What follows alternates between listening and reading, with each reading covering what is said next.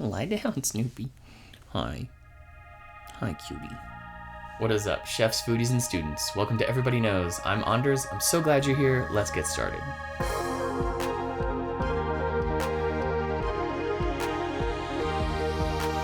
Today we're talking about persimmons. This ingredient originally comes from the China-India border and North America. It is currently well known in cuisines from indigenous North America and Eastern Asia, but if you're investigating origins and cultures, be sure to research the time period as well, since many foods are brought to cultures from elsewhere or developed over time.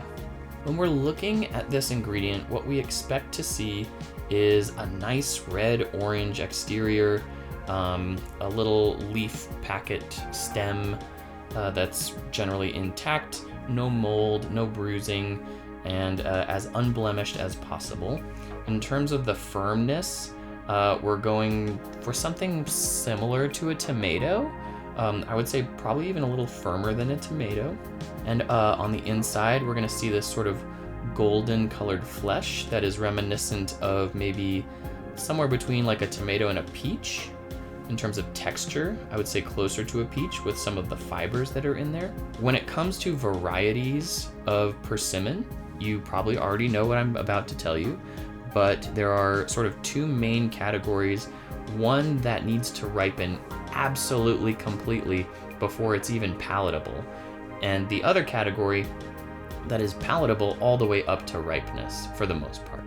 If in this first category, if your persimmon is kind of shaped like this, then it's probably going to be wildly astringent up until the moment of absolute ripeness, where the inside is almost like a soft pudding. Whereas this variety, I believe this one is exactly the fuyu variety, it is shaped more kind of like a tomato rather than that elongated kind of like acorn kind of shape. The flatter ones will not be wildly astringent if they're just a little underripe.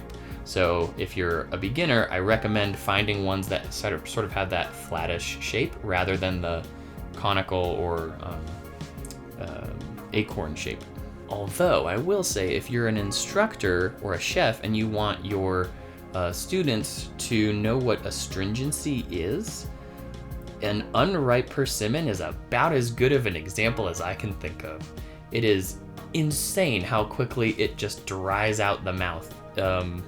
It's wild. So if you want an interesting experience, go buy one of those elongated shape persimmons and make sure it's not ripe and eat one, and you'll probably spit it out. But yeah, it's interesting. In terms of aroma, persimmon is not like very strong. It's not an overwhelming aroma. You definitely have to cut into it to get to those aromas.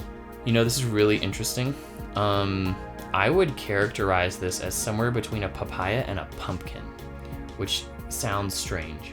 And I know it looks kind of like a little pumpkin. I don't think I'm being subliminally manipulated in that way, because when I smell this, I think of the duality of like a watermelon being kind of like fruity, but also like squashy. And I get some of those like fruity squashy notes in this. But I do think it's very, very similar to a papaya. This one's like perfect. It's so good.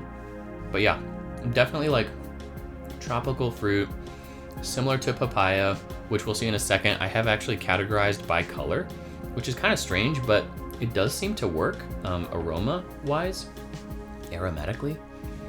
So on that note, let's take a quick look at the universal aroma wheel. So on this version of the wheel, we'll be looking in the fruity main category here. And within fruity, we're going to see tropical fruit, and we're gonna zoom in. Within tropical fruit, it is organized somewhat by color. And you'll see within red and orange, we have papaya right next to persimmon, which is right next to guava. And that goes into the sapote category, which is, let's not get into sapotes. This video is not about sapote. We're talking about persimmon. I think persimmon is exactly where it should be, in a tropical fruit distinction aroma-wise, and then within the red-orange category. I think that fits really, really well. If you take issue with that, I want to know, and I want to know why. I myself have not experimented a ton with persimmon, but I imagine that it is as versatile as something like a peach.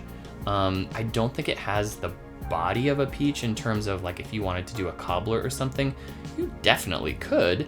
I just wouldn't expect it to maybe hold its shape as well as some peaches might. I imagine this would make a fantastic variety of syrups or coulis or preserves or candies in terms of like doing a confection with this. This would make for a killer cocktail and or a drink blend of some kind if you were to put this into like a smoothie or something.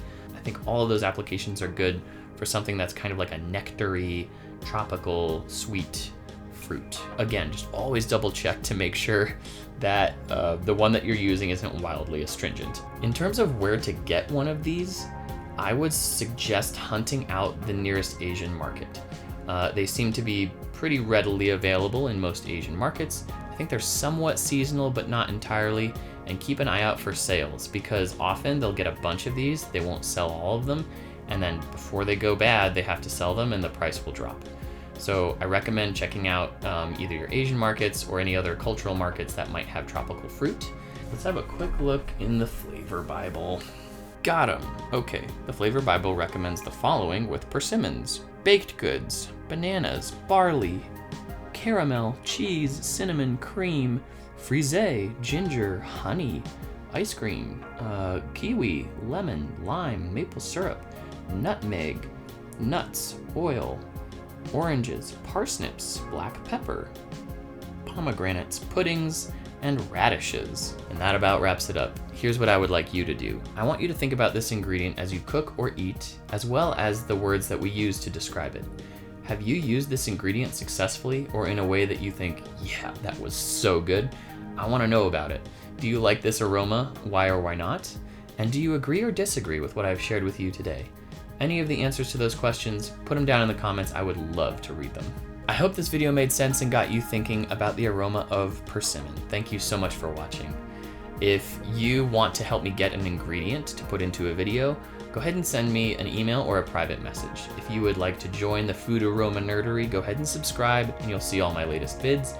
And if you would like a large poster or digital copy of the aroma wheel that I have built, go ahead and check the description for links. Thanks so much. Bye.